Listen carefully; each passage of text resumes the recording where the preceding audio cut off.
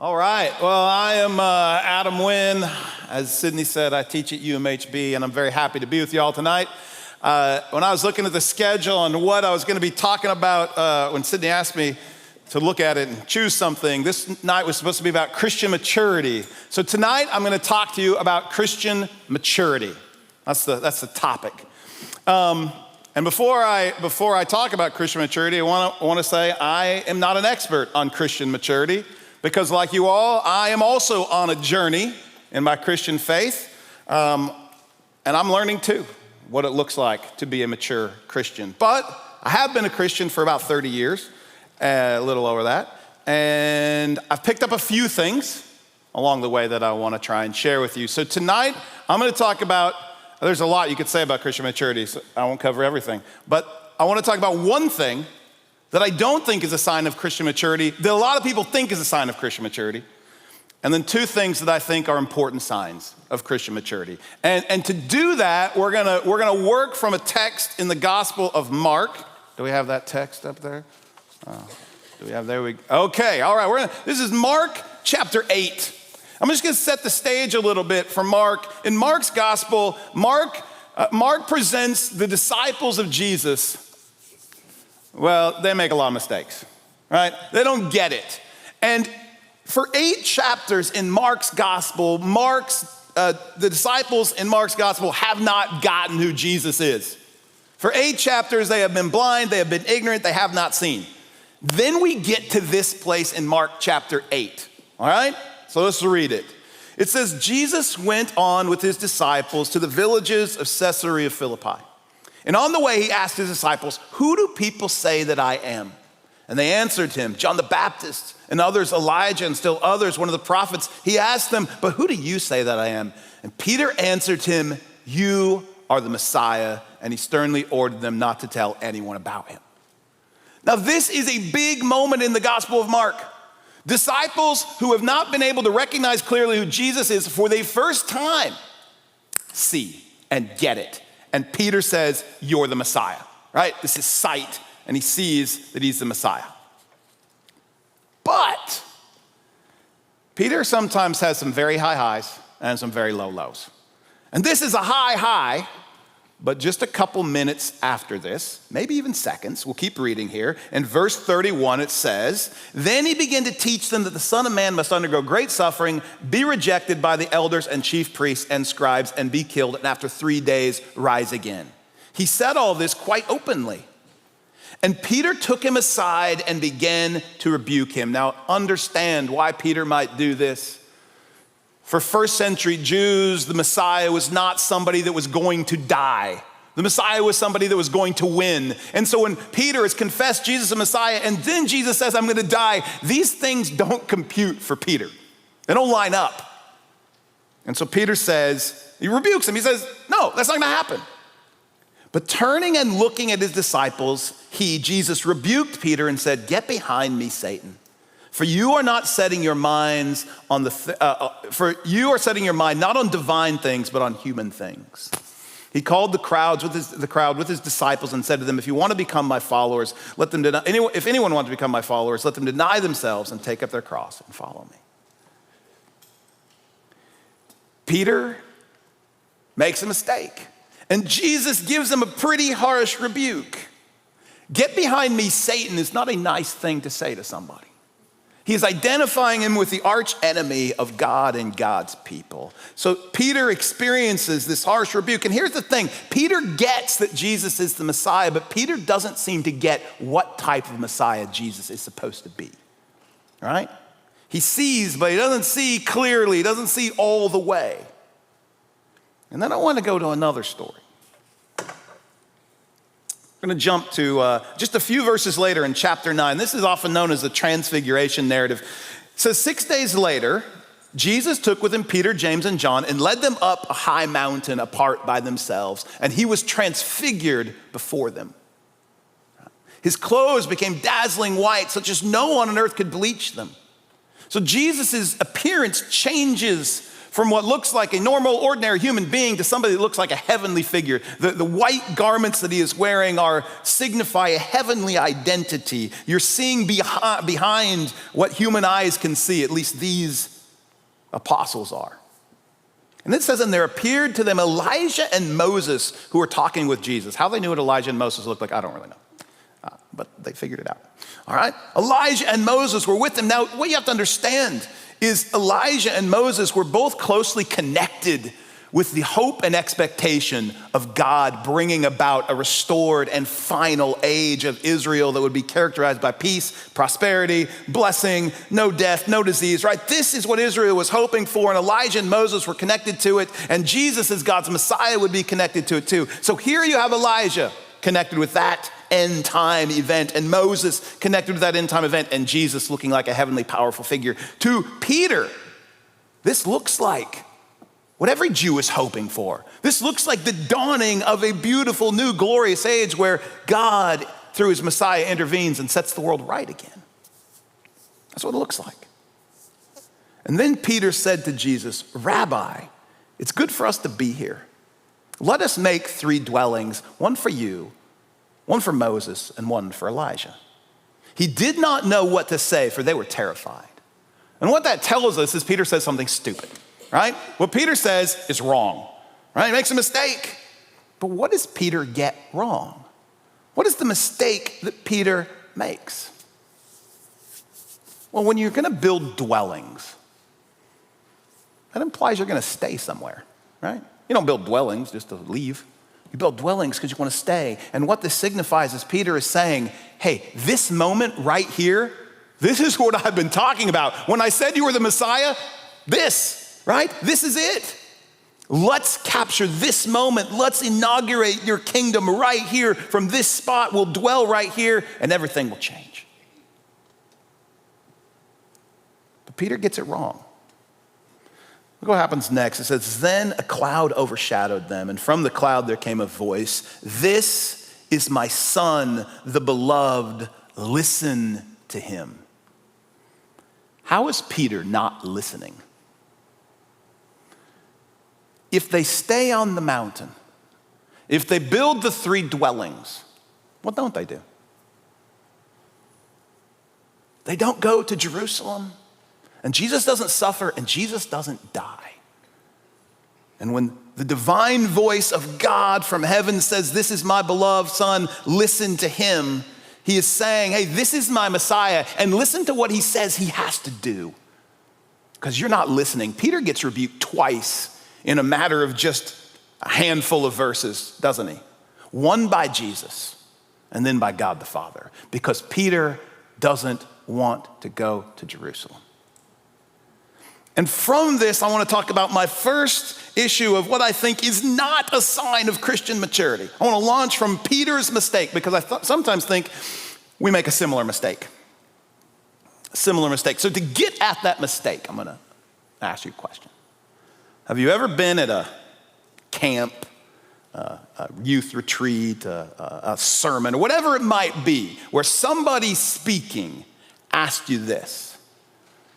Have you ever felt closer to God than you do right now? Anybody ever heard that before? Have you ever felt closer to God than you do right now? It's not an uncommon thing to ask. I heard it multiple times growing up, right? I've heard it multiple times since. Have you ever felt closer to God? Okay. If you've heard that before, buried in that, I think, is a really dangerous lie.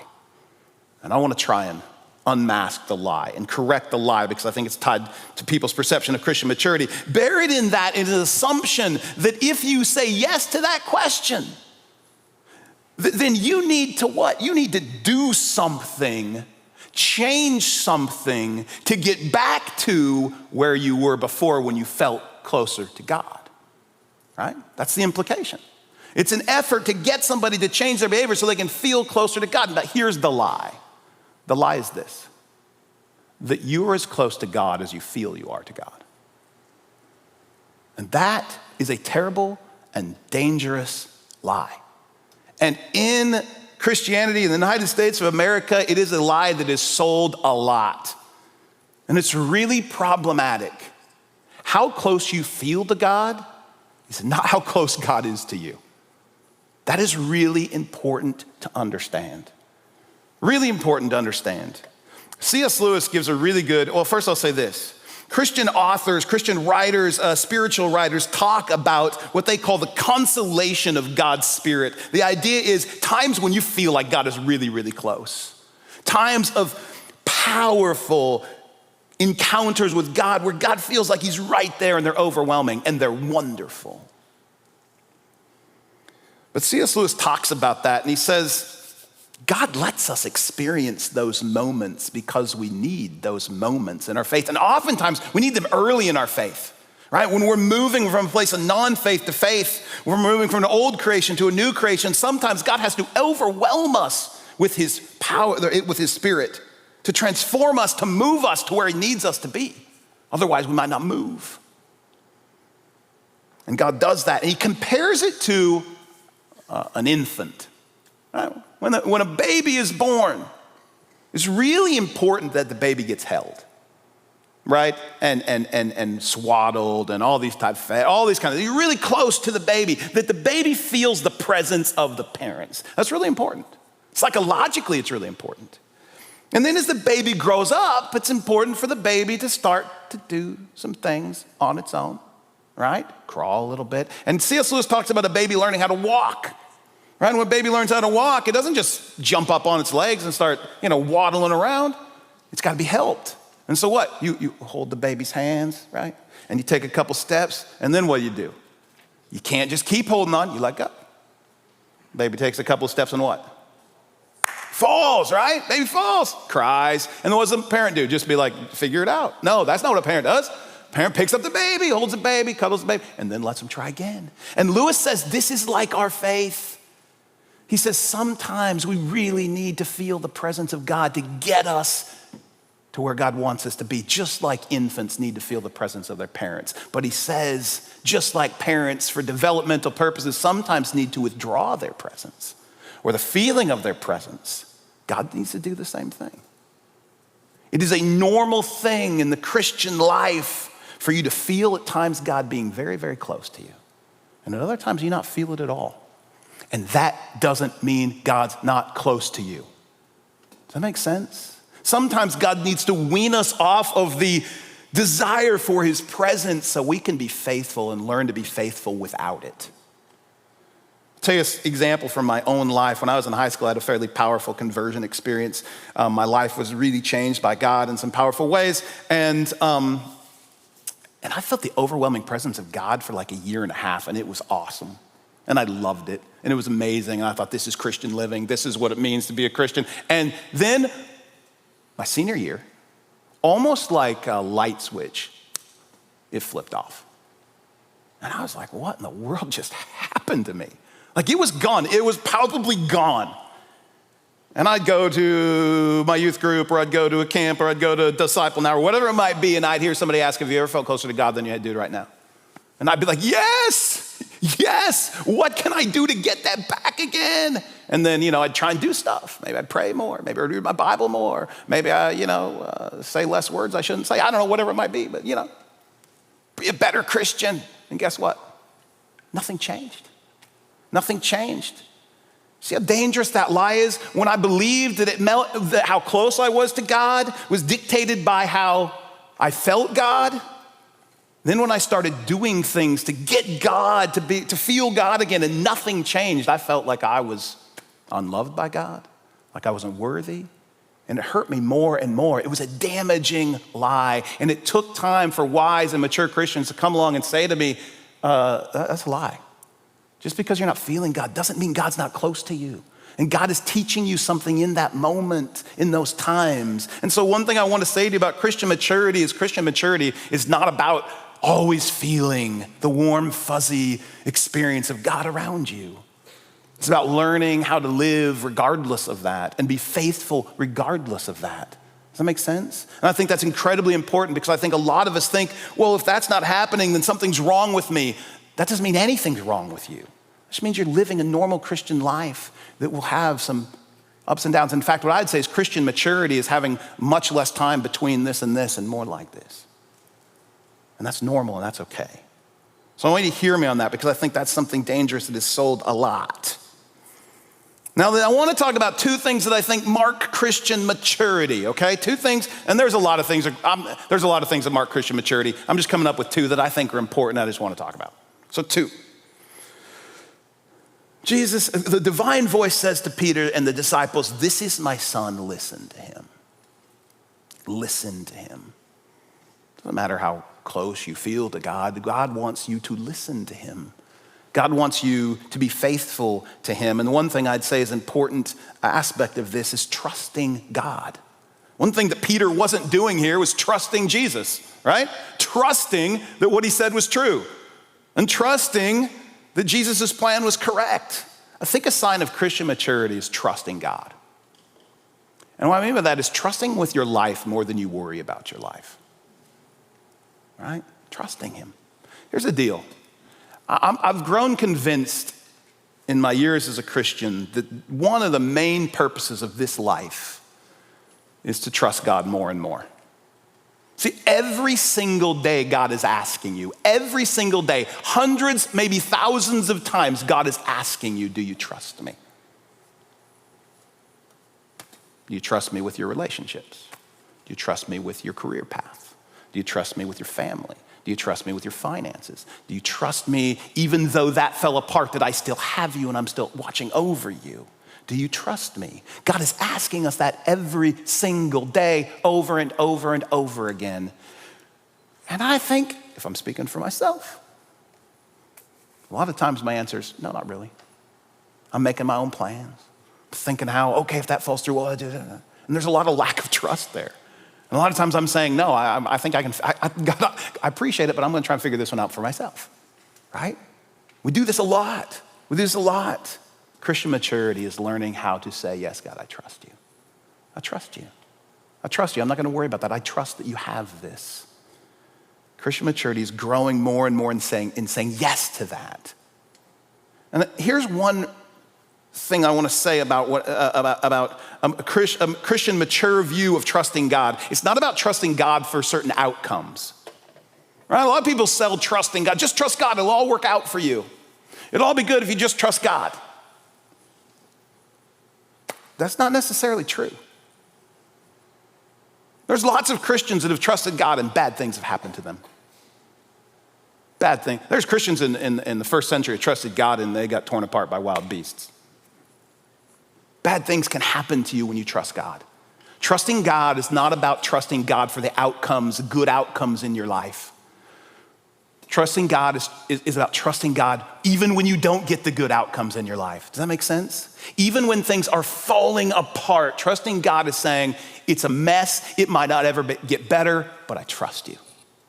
I trust you in the midst of the mess. I trust you even if it doesn't get better.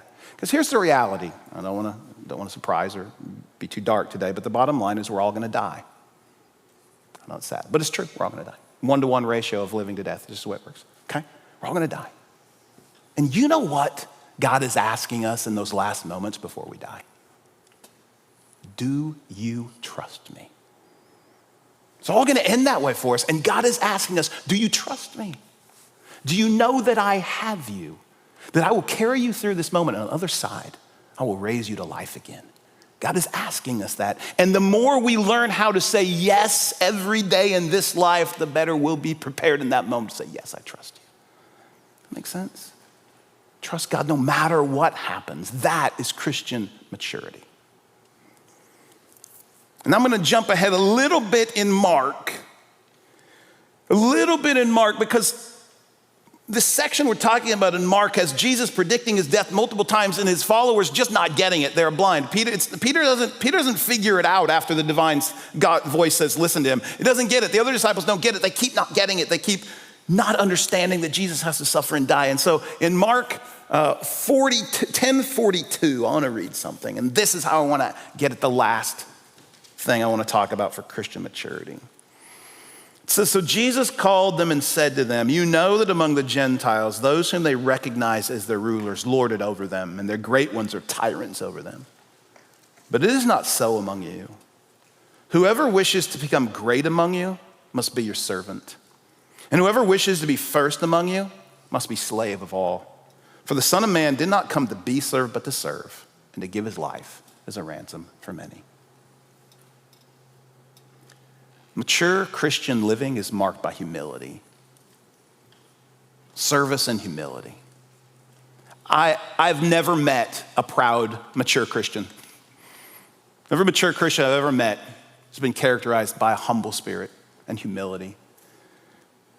And that's hard. But I think that really characterizes Christian maturity. And I think that is so important for us in the world we live in today. Because we live in a world where promoting yourself, exalting yourself, becoming Instagram famous, becoming TikTok famous, becoming YouTube famous, whatever. Everybody's, I want to do this, I want to be an influencer, I want everybody to like me, I want all this. It's everywhere. It's everywhere, and there's tons of pressure on people to be involved, right? And to get people to notice them. Tons of desire for recognition. And the sad thing is that has infiltrated the church in really significant ways, right? In the Christian culture in the United States, we have a Christian celebrity culture, where we want the greatest new Christian podcast or the greatest new pastor preaching this, and we want to listen to all his sermons or read all his books or read all their Bible study, whatever it might be, right? We want to do this, or whatever it might be, Christian music, and we put these people on pedestals, and we think this is Christian maturity. This is great. You see what Jesus says here? It's the opposite of that. It's the opposite of self-promotion. It's the opposite of exalting yourself. It's the opposite of wanting to be great. He said, but it's not so among you. Whoever wishes to become great, become a servant. If you want to be first, become a slave to everyone. It is so countercultural, but that is the gospel. If you're desired, and this is another thing, I was raised, and maybe I'm not sure how things have changed, but I was raised saying, hey, you should want to be a world changer for Jesus. Change the world for Jesus, right? Change the whole world. That sounds good, but usually people that are seeking to be world changers are often seeking it for themselves. There's a lot of pride that comes with being a world changer. Think of all the people that Jesus or God used in the Bible to change the world, and most of them weren't out there seeking to be world changers, right? Humble yourself, and God will exalt you if God wants to exalt you. But don't seek to be exalted. Does that make sense? That's a sign of Christian maturity. We gotta be careful who we listen to, who we watch, who we subscribe to as our leaders or the voices we wanna listen to. If they're not characterized by humility, you might wanna rethink their influence in your life. So my main points, 1, Christian maturity is not marked by this overwhelming feeling of God's presence all the time. When it happens, it's wonderful. It's wonderful, but when it doesn't mean you're not living faithfully. It doesn't mean God's not present. That's important to understand. 2, Christian maturity is marked by trusting God. Learning how to trust him more every single day.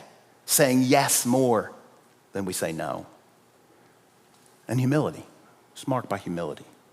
Like I said, there's plenty of other things. I'm sure love, and I'm sure wisdom, and I'm sure there's a lot of other things, but those are the ones I wanted to talk about tonight. So we have some questions up for you. That we want you to consider and talk about at your group. And then afterwards, we'll come back together, and if there's questions you have or thoughts you have, then we're gonna talk about it. All right? Discuss. All right. So I've been informed that our conversations are wrapping up. And so this is a time to discuss, ask questions about anything we talked about that came up at your tables or anything. So it's your turn. What are you thinking? Do we have a microphone to pass around maybe? Yeah, we're getting that, okay.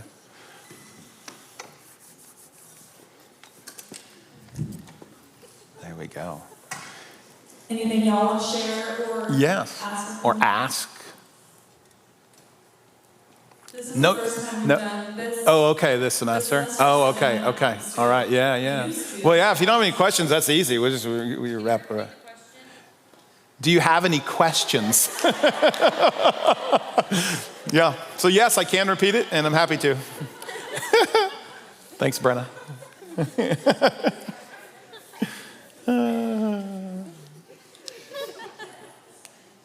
No? Whatever. Yeah, sure. Something you talked about would be great. Maybe that'll stimulate a question. Who knows? Yeah. What'd you talk about? So, we talked about humility and really it's important to go into any room or any space knowing that we don't know everything. And there's always someone that can teach us something.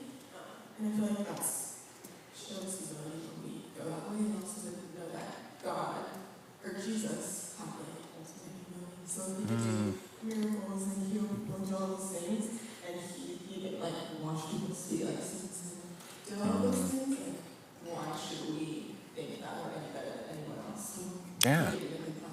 so, That's excellent. Absolutely. Yeah. And Jesus is a model of humility. It's like, there is no better model of humility, right? I mean, Philippians chapter 2 talks about the humility of Christ and the lowering himself and the submitting himself to become a human and to be death on a cross, the most shameful death. So yeah, excellent example. Yeah, excellent. And not walking into a room and not assuming you know everything. I mean, the more you learn, the more you should realize what you don't know. Right? There's a lot out there and there's a lot we just don't, and it's okay to acknowledge that and to recognize. I can learn in almost any situation. That's great. That's fantastic. Kat. Kind of going off, sorry, I've never talked in this before.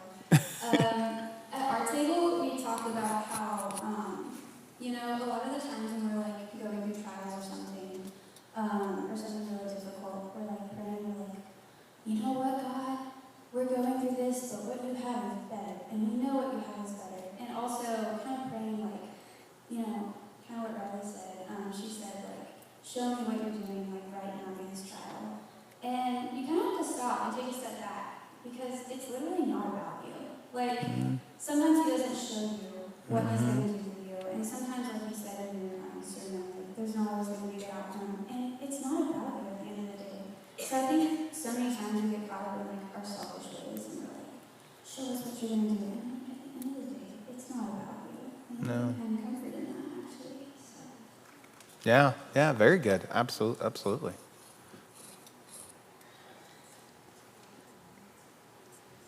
Anyone else? Yeah, on that note, there's a very popular verse is that God will work all things for good for those who love him and are called according to his purpose, right?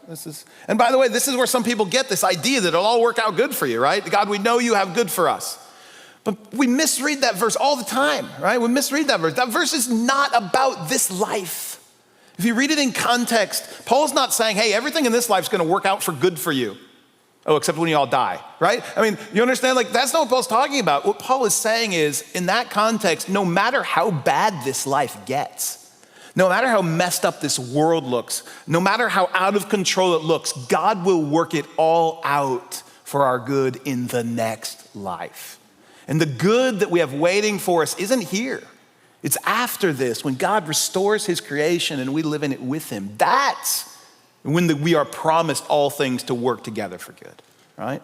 But not necessarily in this life. It's not that God can't work bad things out for good in this life. He does that, but he doesn't always do that. Yeah. Other questions? Other thoughts? Anything else you talked about? All right. Yes, yeah, here we got one here. Like, don't feel God's presence in you. Like, what are ways that, Oh, yeah, go ahead. What are ways that you continue to stay consistent in your faith even if you don't feel God's presence like right now? That's a great question. And it probably has changed with my age. The question was, when you don't feel God's presence, how do you stay motivated? How do you keep showing up? How do you keep doing? Well, there's certainly times in my life where I just didn't, right? And I just had to learn from those. So there's that's real. That happens sometimes. But it takes discipline. I mean, it takes discipline to still show up. It takes discipline to still engage in prayer, because sometimes that can feel dry and feel like God's a million miles away. Those seasons can last a while. But at the end of the day, I think it takes discipline. And what I would say is, as I've gotten older, it's gotten easier. Does that make sense? As I've become more aware that what matters is my engagement with God and my faithfulness regardless of those feelings, knowing that helps, right? And knowing that God is there helps. Knowing that God is listening it helps. And trusting that God is working even when I don't feel like God is working helps. But there are certain times when you're just like, it's hard, and maybe you fail. But that's not the end. I mean, that's not the end. And then try again the next time.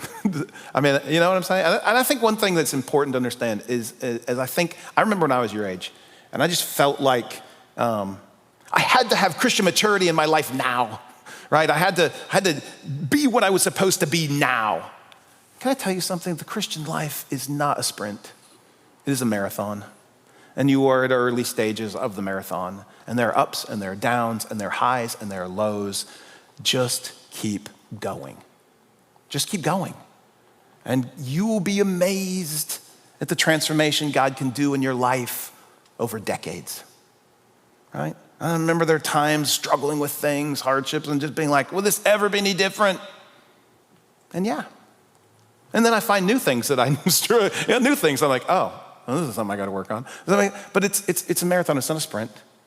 Also, just keep going. When you fall down, get back up again. When you fail to engage God for a season, get back up and engage him again. Does that make sense? He doesn't go anywhere. And that's what I encourage you. Persistent faithfulness in one direction. And again, it'll be up and down, and that's okay. That's normal. I don't know. I hope that's encouraging. Yeah. Yes. We got a mic coming.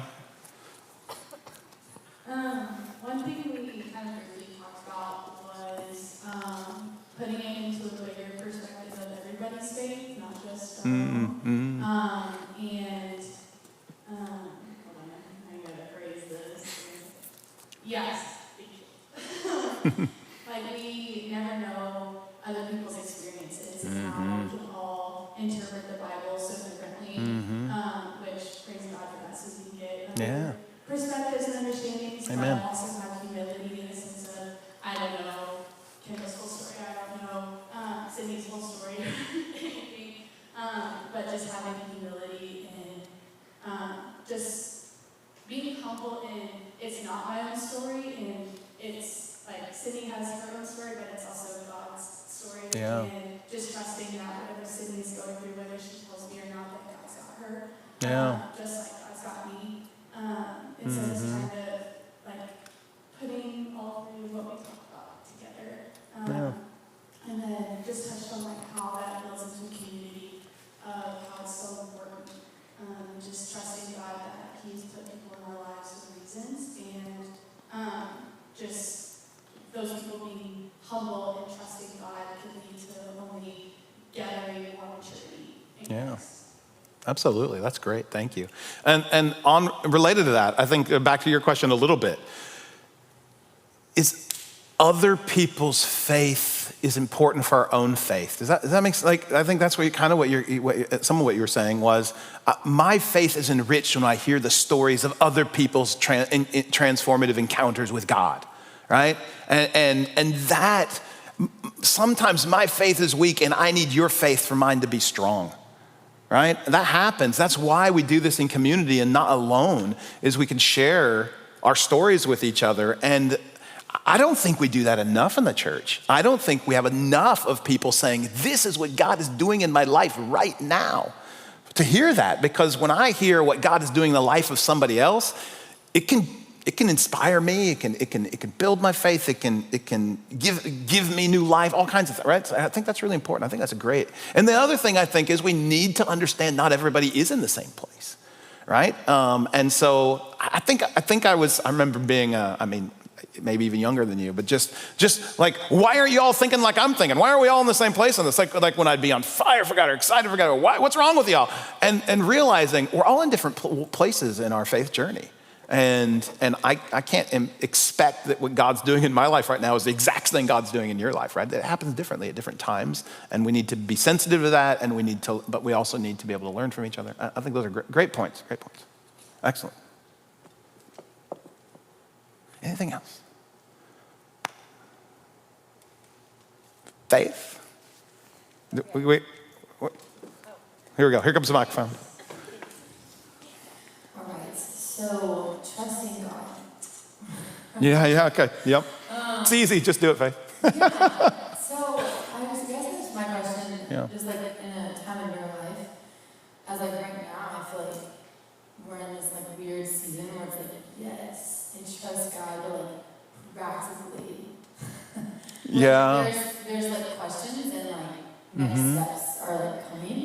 Yeah. It's like, what was it like maybe when you were in college or maybe as an adult or as a dad or as a husband, you know, as different seasons, like It's a great question. practically, what did it look like for you to like trust the Lord while also being like, no, it's important to like. Yeah, it's a great question. That's a great question. I'm gonna be honest with y'all.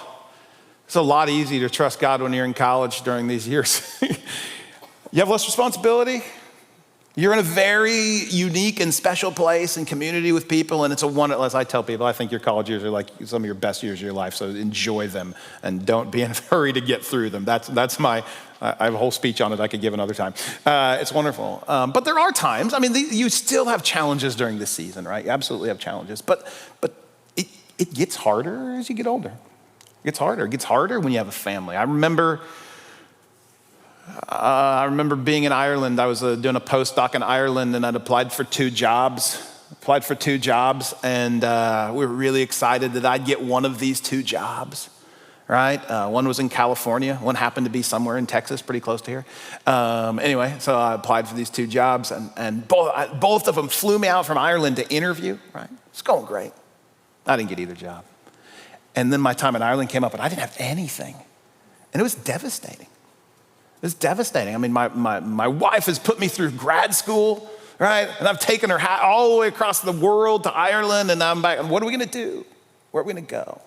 It's very difficult. And it taught me a lot about trusting God, And it was a difficult season. And then the story of how God was faithful to get us through that next year was unbelievable. It's unbelievable. The way it all worked out. So that's the kind of experience I think that builds your faith. And then there are still times when something happens and I'm like, well, how are we going to make it? And I'm like, and then it hits me. I'm like, it'll probably be all right. It's not as bad as that time, right? Does that make sense? So there's all kinds of things. And then you have children. There's a lot of trusting God there. A whole lot of trusting God there. It's hard. And as you go in life more and more, and then I get into my 40s and, health issues, and I got friends that dealing with issues that I didn't deal with when I was in my 20s, right? Or that people didn't deal with. So life gives you, you're going to have endless opportunities to trust God. And there's going to be plenty of times you don't. But God's going to give you more opportunities. And he's going to be faithful to give you more opportunities. He's not going to quit giving you opportunities. And as faith builds faith, right? Yeah. And as you experience and you express faith in a situation and God comes through or it doesn't come through or whatever it might be, that can build faith for the next encounter in your life, whatever it might be. And by the way, you'll learn way more from failures in your life than you will from successes. You learn so much more in failures. It took me 7 years to get my first full-time teaching position. And that 7 years was marked by a lot of failures, a lot of rejection. It was the best thing for me. It's the best thing for me. I'm way better off now. And that builds trust in God too. So it's all that kind of stuff. Does that help? I don't know. Helpful to answer that question? I'll add to that, I think just like learning to trust in today. Like you don't have to know what God's going to do next week or a year from now, but just choosing to be present and saying, I trust God today with what he's doing. And then wake up again and do it again the next day. Like I'm in a season right now in my life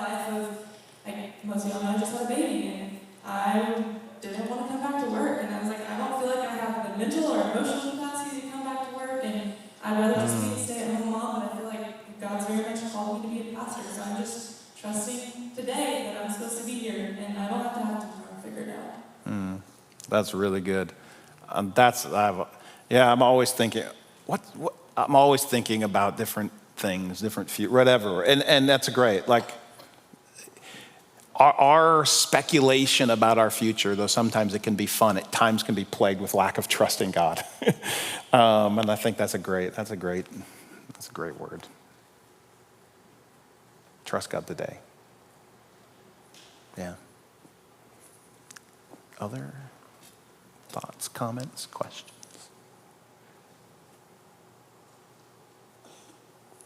We good? All right. Hey, y'all are great. So fun to be with y'all. If you see me on campus, please say hi. If you go to UMHB. And if you're just on campus and you don't go to UMHB, you can say hi anyway. That would be great. And I'd love to have you in class sometime. It'd be wonderful. Y'all have a great night. See you later.